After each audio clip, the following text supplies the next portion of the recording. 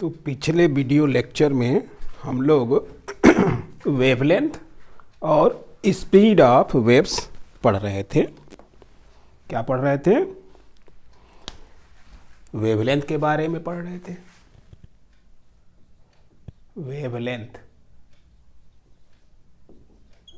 Wavelength lambda के बारे में पढ़ा और सेकंड क्या पढ़ा? स्पीड के बारे में पढ़ा कि वेव स्पीड क्या होती है v, और इनके बीच रिलेशन को ऑब्टेन किया v equal to n lambda. N is the frequency of the wave. तो इस प्रकार से ये रिलेशन के बाद आज हम लोग शुरू करेंगे कि स्पीड ऑफ जो साउंड है, स्पीड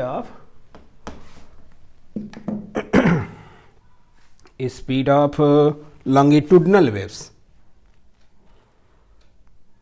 वो न्यूटन साहब ने किस प्रकार से दिया। तो हेडिंग डालिए Newton's formula,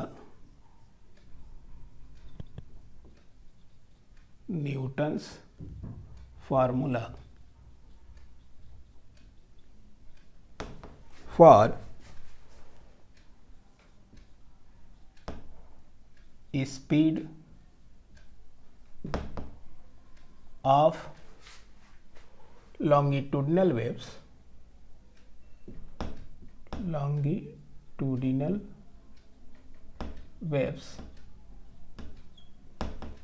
Newton's formula for speed of longitudinal waves. ये न्यूटन साहब ने लॉन्गिट्यूडनल वेव्स के स्पीड के लिए कुछ फार्मूले दिए। उन फार्मूलों को क्या कहते हैं? न्यूटन्स फार्मूले। तो ये न्यूटन का विचार था, क्या सोचते थे कि जो स्पीड ऑफ लॉन्गिट्यूडनल वेव है वो मॉडुलस मीडियम के मॉडुलस ऑफ इलास्टिसिटी और उसके डेंसिटी पर डिपेंड करता है। और किस प्रकार से? तो according to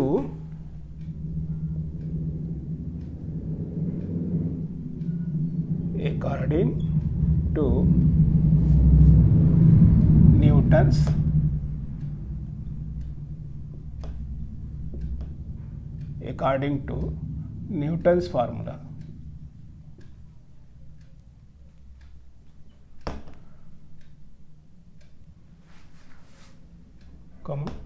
speed of longitudinal waves, speed of, क्यों हिल रहा है?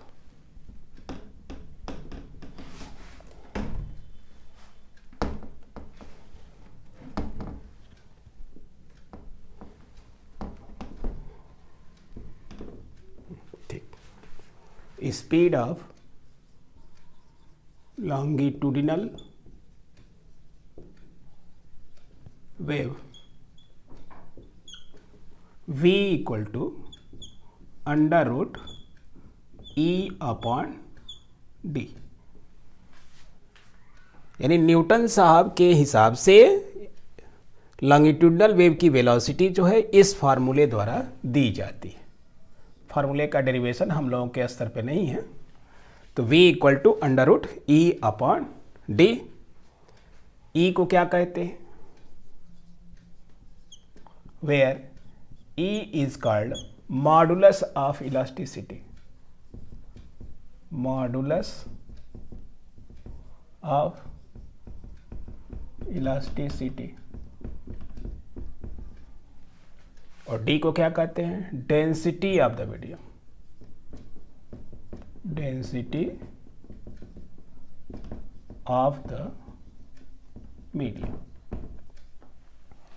यानी मीडियम की डेंसिटी डी हो, मॉडुलस ऑफ इलास्टिसिटी ई हो, तो v is given by v equal to under root E upon D. इस फार्मूले को ही क्या कहते हैं? Newton's formula for speed of longitudinal waves in any material medium.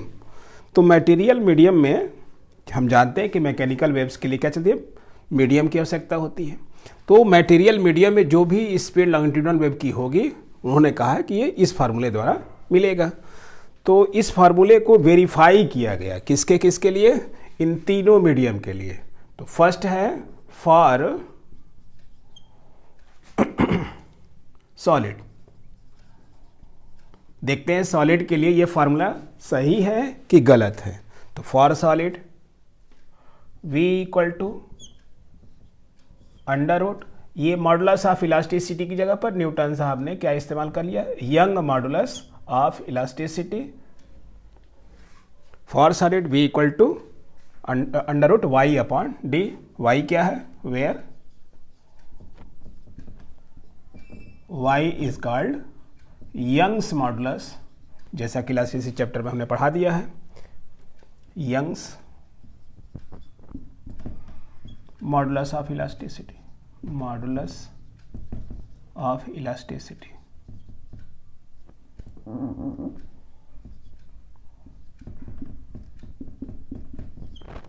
और डी क्या है, density of the medium, density of the medium. जिस मीडियम में लॉन्गिट्यूडिनल वेव ट्रेवल कर रही है उस मीडियम की डेंसिटी है। तो फॉर सॉलिड उन्होंने V equal to under root Y upon D निकाला।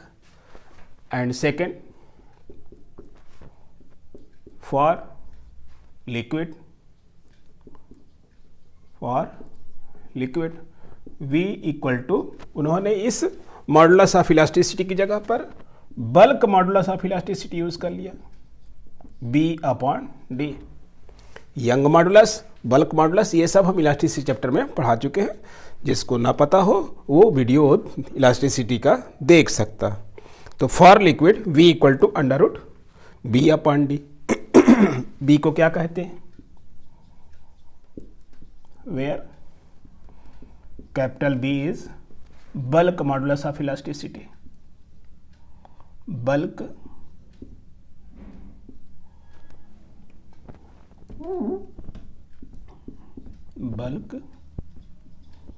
Modulus of elasticity.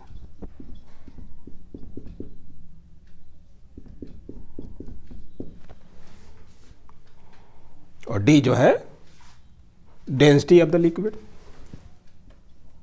डी क्या है, density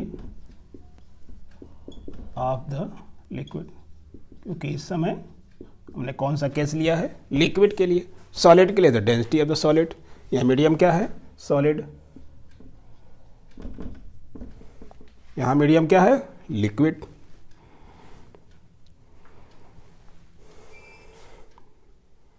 density of the medium यहां लिख लीजिए, मीडियम, और ब्रैकेट में डाल दीजिए लिक्विड। यहां ब्रैकेट में हमने क्या डाल दिया, सॉलिड। यहां मीडियम कैसा था, सॉलिड, यहां मीडियम कैसा है, मीडियम क्या है, लिक्विड। इसको मिटा देते हैं, हमने वहां नीचे लिख दिया दोनों के पास, ठीक है। मीडियम क्या है, सॉलिड, यहां मीडियम है लिक्विड। तो देखा क्या गया कि इसके द्वारा जो वैल्यू ऑब्टेन्ड हुई V की, चाहे फार्मूला नंबर हम इसको डाल देते हैं, फार्मूला नंबर 1, फार्मूला नंबर 2, ये सब के सब न्यूटन्स फार्मूला है। This is Newton formula for solid, Newton formula for liquid. तो देखा क्या गया कि इनके द्वारा जो वैल्यू मिली V, और इस V की वैल्यू और यहाँ वाले V की वैल्यू, दोनों जो है एक्सपेरिमेंटल वैल्यू के इक्वल ऑब्टेन्ड हुई। इसलिए न्यूटन का जो फार्मूला है सॉलिड और लिक्विड के लिए ट्रू है। और लिखिए फॉर गैसेस, इसको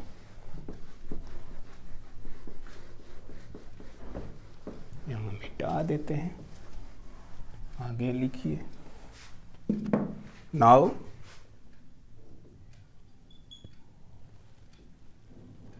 values of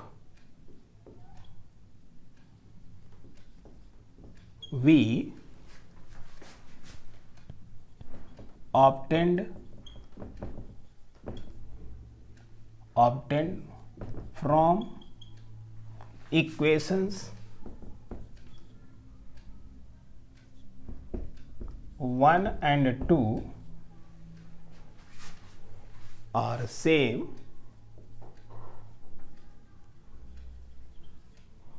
as the experimental value experimental values of V. So Newton's formula,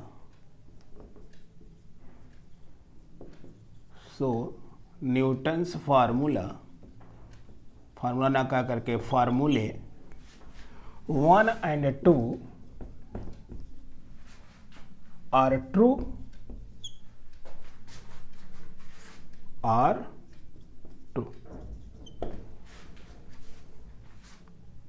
Newton's फार्मूले 1 and 2 are true for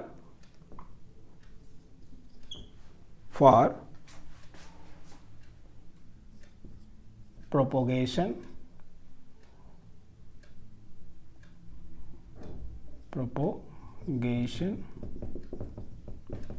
of longitudinal waves,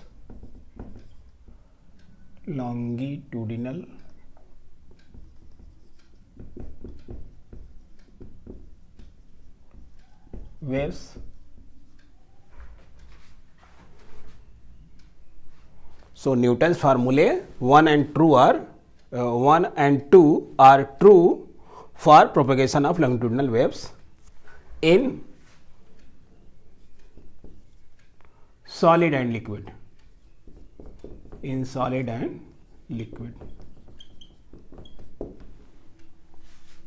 But for gases,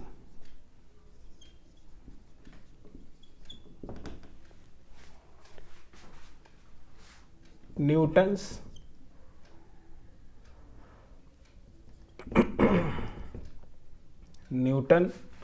thought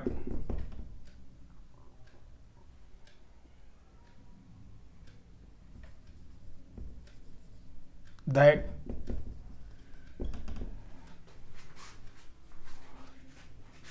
longitudinal waves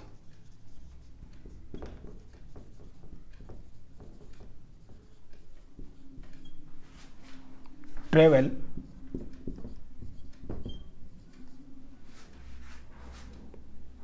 Newton thought that longitudinal wave travel in gases under isothermal condition.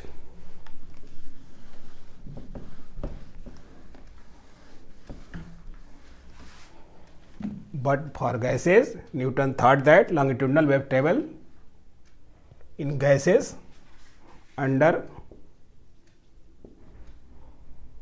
isothermal condition.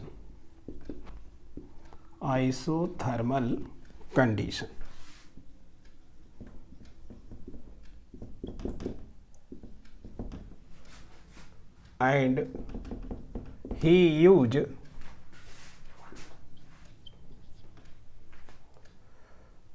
E theta in place of E, where E theta क्या है?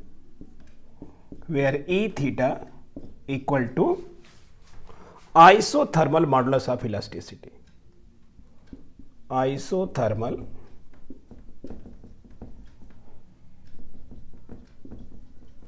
modulus of elasticity.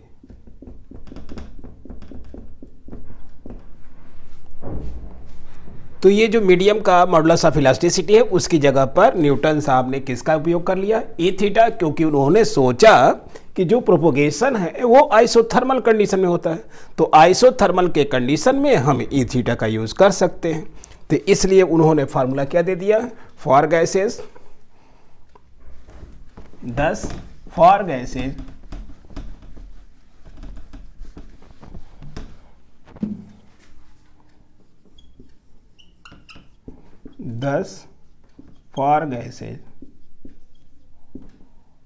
V equal to under root E theta, जैसे E1 E2 लिखते हैं ना, तो 1 की जगह पर थीटा लिखा हुआ है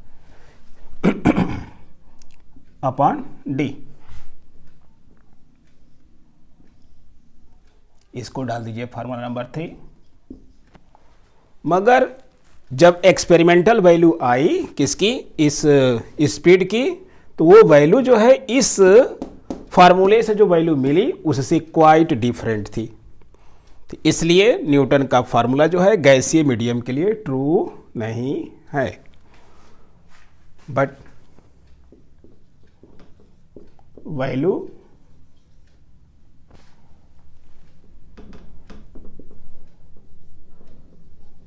obtained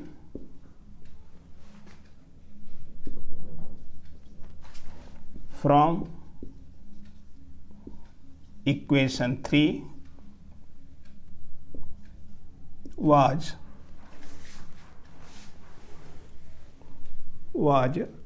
too much different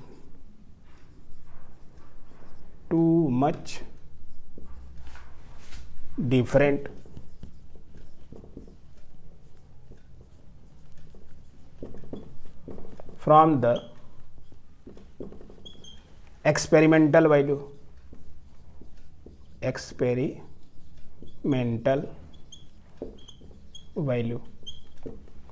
therefore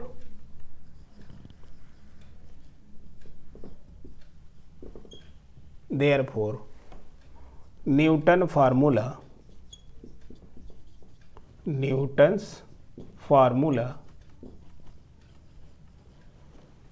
3 is not correct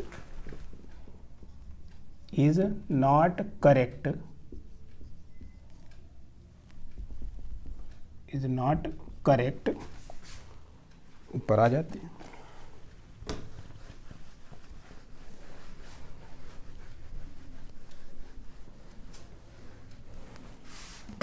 is not correct for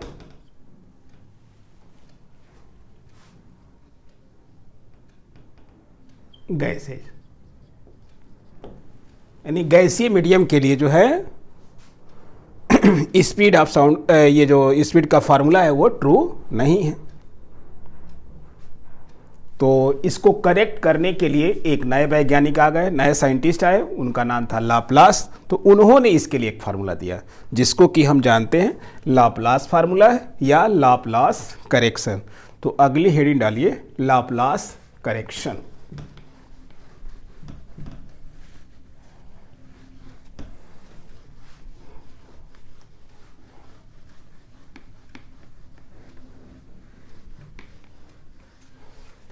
इतना लिख लिया। But value obtained from equation 3 was too much different from the experimental value, therefore Newton's formula 3 is not correct for gases।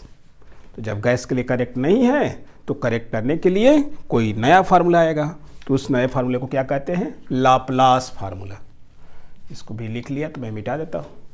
अब next heading डालिए Laplace formula.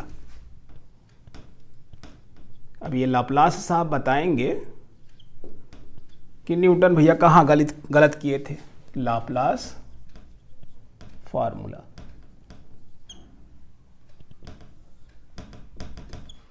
या इसका दूसरा नाम है लाप्लास करेक्शन, क्योंकि इन्होंने करेक्शन किया था। लाप्लासेज करेक्शन।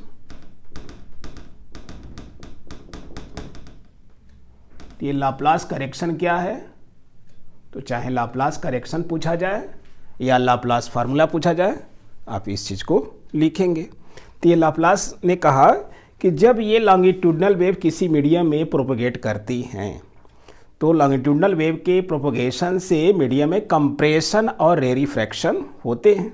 तो कंप्रेशन के समय जो है हीट प्रोड्यूस होती है, वो हीट प्रोड्यूस होने के बाद बाहर सराउंडिंग में नहीं जा पाती, और कंप्रेशन के समय हीट में जो है कमी आती है, उसके में हीट में कमी आती है, तो वो हीट की पूर्ति जो है बाहर से यहाँ नहीं हो पाती। यानी कंप्रेशन और रेरफैक्शन का जो कि ये क्या कहते हैं क्रियाएं हैं, ये बहुत फास्ट होती है, जिससे कि इन दोनों के केस में, एक के केस में हीट प्रोड्यूस होती है, वो इन्वायरमेंट में नहीं जा पाती, एक के केस में हीट जो है वो बाहर से अंदर नहीं आ पाती। इसलिए क्या होता है, ये जो क्रिया आइसोथर्मल ना हो करके एडियाबेटिक केस में होती है।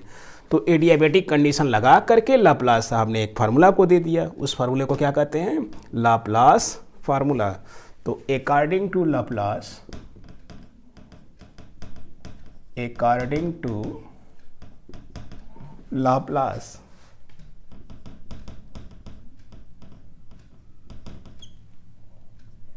longitudinal waves,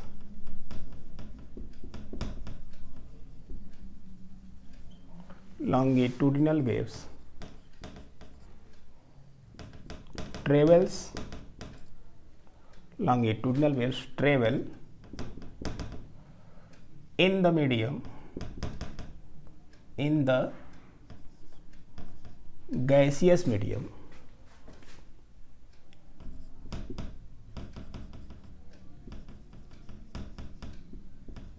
क्योंकि इन्होंने सारे डिपेंड करे तो उनका ही सही था, ही गैसियस मीडियम के लिए। Travel in the gaseous medium under adiabatic condition, under adiabatic condition.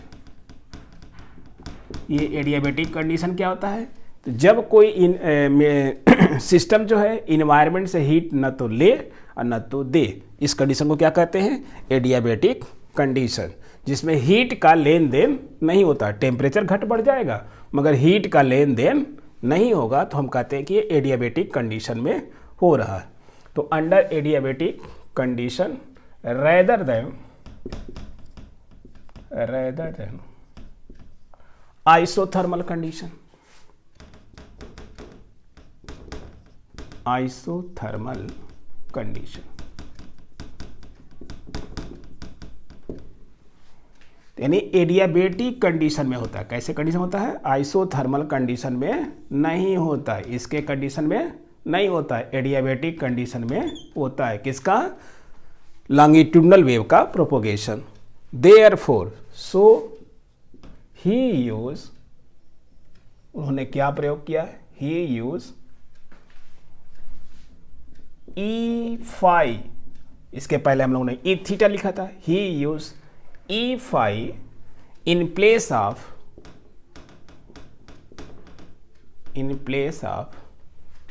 E theta, where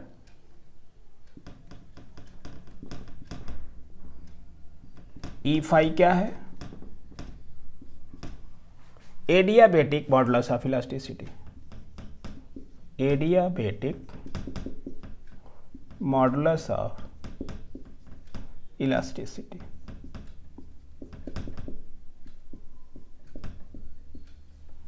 और ई थीटा क्या है,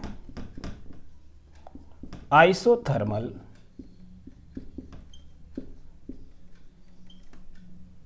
मॉडुलस ऑफ इलास्टिसिटी।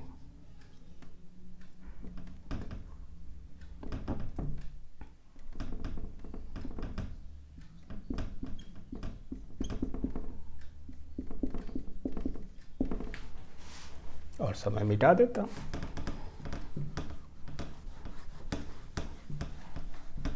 तो न्यूटन के फार्मूले में जो ई थीटा लिखा हुआ है, इसकी जगह पर उन्होंने क्या यूज कर लिया, ई फाई का यूज कर लिया।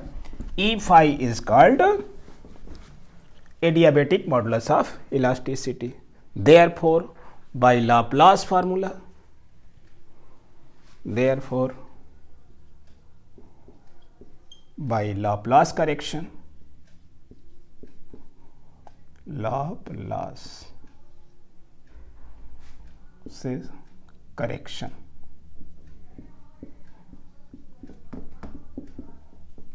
v इक्वल टू क्या मिल गया, under root E phi, theta नहीं, ई फाई अपॉन डी। इस ई फाई की जगह पर न्यूटन साहब ने ये सोचा था कि जो ये वेव्स है वो आइसोथर्मल कंडीशन में चलती हैं, यही उन्होंने गलती किया था। क्या गलती किया था कि आइसोथर्मल में ना चल करके किस में चलती हैं, एडियाबेटिक कंडीशन में चलती है। मगर वो जहाँ तक सोच सकते थे सोचे, क्या सोचे कि जब वेव चलती हैं तो यहाँ का टेम्परेचर कांस्टेंट बना रहता है, यानी जब कंप्रेशन होगा तो भी कांस्टेंट रहेगा और रेडिफेक्शन होगा तो भी कांस्टेंट रहेगा। लेकिन हम जानते हैं जब यहाँ हीट प्रोड्यूस होगी तो यहाँ का टेम्परेचर बढ़ जाएगा और रेडिफेक्शन टेम्परेचर क्या हो जाएगा, घट जाएगा। तो टेम्परेचर तो बढ़ गया, मगर हीट जो है वो बाहर नहीं निकली। तो जब हीट बाहर नहीं निकलती है उस केस में क्या कहते हैं, एडियाबेटिक कंडीशन। और टेम्परेचर अगर सेम रहता तब कहते हैं कि आइसोथर्मल कंडीशन।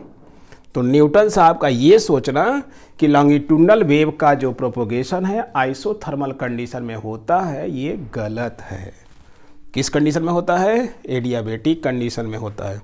तो by Laplace correction v equal to E phi, this is equation number, इस लाप्लास करेक्शन में दिस इज 1। बट ये जो ई फाई की वैल्यू होती है प्रेशर का गामा टाइम्स होती है, बट ये बाई नहीं, but E phi equal to gamma P, where ये गामा चीज आया हुआ है। ये गामा क्या है, Cp अपॉन Cv, और Cp क्या है, स्पेसिफिक हीट। ये गामा हो गया ratio of specific heats of gases. Cp को कहते हैं, चलिए सबका मीनिंग लिख ही देते हैं, specific heat at constant pressure, और ये है specific heat at constant volume. ठीक है, equal to ratio of specific heats, specific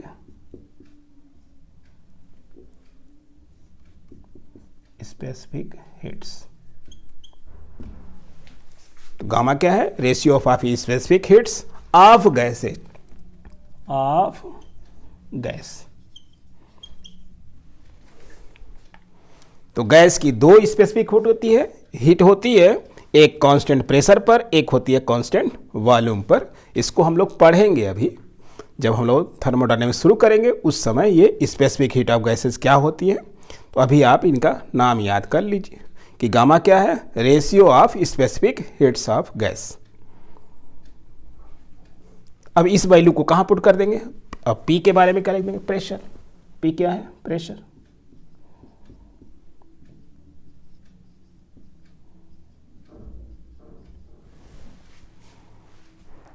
तो देयरफॉर बाई 1 एंड 2, इसको 2 डाल दीजिए, तो by 1 and 2।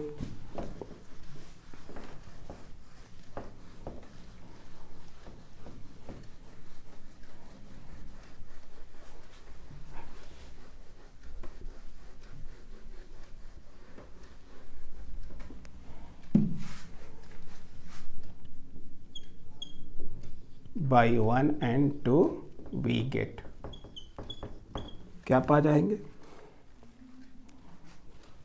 v equal to under root gamma p upon D, gamma p upon D. अब कुछ नोट लिख लीजिए, इसको फार्मूला को क्या कहते हैं, लाप्लास फार्मूला या Laplace correction. Laplace is formula या लाप्लास करेक्शन, लाप्लास करेक्शन।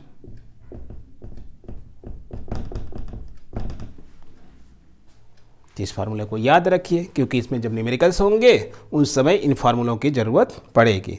तो इसका मतलब होगा, अब एक आपके लिए समरी लिख देता हूँ इतनी बात के बाद, ताकि आप न्यूमेरिकल्स जब लगाएं तो अब इसके असमंजस में ना रहें कि सर जी मैं कौन सा फार्मूला कब लगाऊं।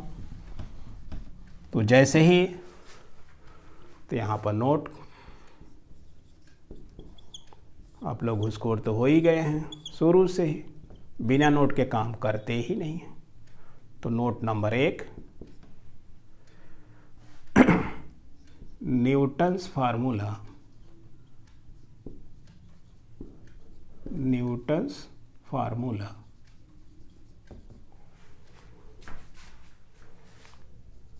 is true for solid and liquid, Newton's formula is true for solid and liquid only. ठीक है, तो इसलिए जब फार्मूला सॉलिड लिक्विड के लिए आएगा तो उस समय न्यूटन्स फार्मूले को लगाएंगे। Newton's formula is true for solid and liquid only. Number 2,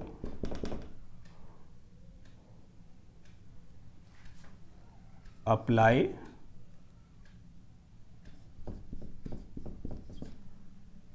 Laplace formula, Laplace's formula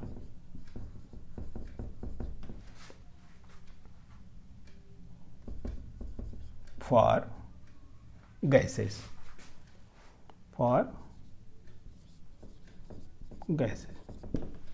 apply Laplace's formula for gases। जब गैसीय मीडियम हो तो उस केस में कौन सा फार्मूला यूज करेंगे? लाप्लास फार्मूला यूज करेंगे। दैट इज कौन सा फार्मूला यूज करेंगे? V equal to under root gamma P upon D, ये वाला फार्मूला यूज करेंगे। नंबर 3, इसमें जो ये गामा आया हुआ है इसकी वैल्यू हमें याद रखनी है। For mono atomic gases, mono atomic, एडॉमिक नहीं भैया, atomic gases, mono atomic gases का नाम क्या है? फॉर एग्जाम्पल, यहाँ पर हमने एग्जाम्पल लिख दिया। कैसे? हीलियम, ये मोनो एटॉमिक गैस है। Neon, argon, krypton, xenon, radon etcetera, ये सब कैसी गैसें हैं? Mono atomic gases. तो फॉर मोनो एटॉमिक गैसेस ये जो गामा की वैल्यू होती है, जो रेशियो ऑफ स्पेसिफिक हीट है, वो क्या होती है? 5/3 होती है, 5/3। इस वैल्यू को याद रखिए और इसी के अप्रॉक्सीमेट वैल्यू आप लिख सकते हैं 1.67। और number 4, for di atomic gases, सबके लिए याद नहीं रखना है, बस मोनो एटॉमिक और di atomic. Di atomic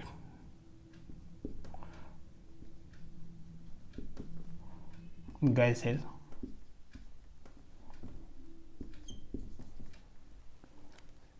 example के लिए ये आप हाइड्रोजन गैस जानते ही हैं, क्लोरीन गैस, ऑक्सीजन गैस, जिसमें ये 2 है, 2 एटम है, H2, Cl2, O2, N2, ये सब कैसी गैसें हैं? एटसेट्रा। सारी गैस का नाम नहीं लिखना है, जिसमें भी 2 लगा होगा वो क्या कहते हैं? Di atomic gases. तो इन सब गैसेस के लिए गामा की जो वैल्यू होती है 7/5 होती है। कितनी होती है? 7/5। और इसकी वैल्यू जब कैलकुलेट करेंगे तो लगभग का एग्जैक्ट 1.4 आ जाएगा। कहीं कहीं पर 1.41 भी दिया रहता है। ठीक है, तो जो वैल्यू दी रहेगी वही यूज कर लेंगे, नहीं दी रहेगी तो ये रख लेंगे। तो मोनो एटॉमिक गैसेस के लिए गामा की वैल्यू 5/3 और डाई एटॉमिक गैसेस के लिए गामा की वैल्यू 7/5, ये हम याद रखेंगे। और नोट नंबर, आज तो नोट बहुत ज़्यादा मिल रही है, जल्दी जल्दी नोट लिख लीजिए और 2 ठे नोट लिख लीजिए, यहाँ जगह बनाते हैं। चलिए, एक नोट तो यहीं पे हो जाएगा। नोट नंबर 5 क्या? डेंसिटी ऑफ एयर और डेंसिटी ऑफ वाटर, ये 2 वैल्यू आप याद रखेंगे। कितना होता है? 1.29 इंटू 10⁻³ kg/m³। इसको थोड़ा सा मैं जगह ठीक कर लेता हूँ, इसको मैं यूँ बना दिया। ठीक है, 10⁻³ kg और डेंसिटी की यूनिट क्या होती है? kg/m³। और वाटर की डेंसिटी कितनी होती है? 1.0 इंटू 10⁻³ केजी पर मीटर क्यूब। ठीक है, तो पहला नोट याद रखेंगे कि न्यूटन्स फार्मूला तब अप्लाई करेंगे जब सॉलिड और लिक्विड दिया हो। लाप्लास फार्मूला तब यूज करेंगे जब मीडियम कैसा हो, गैसीय मीडियम हो। For mono atomic gases gamma की वैल्यू क्या होती है 5/3। फॉर डाई एटॉमिक के लिए क्या होती है गामा की वैल्यू 7/5। डेंसिटी ऑफ एयर कितनी वैल्यू होती है 1.29 इंटू 10 के पावर 3 kg पर मीटर क्यूब, और डेंसिटी ऑफ वाटर कितनी 1.0 इंटू 10 के पावर 3 kg पर मीटर क्यूब। तो इन सब वैल्यू को आप याद रखेंगे तो आपको न्यूमेरिकल करने में बहुत ही सुविधा रहेगी। और इसी के साथ आज का ये लेक्चर यहीं समाप्त होता है। Thank you.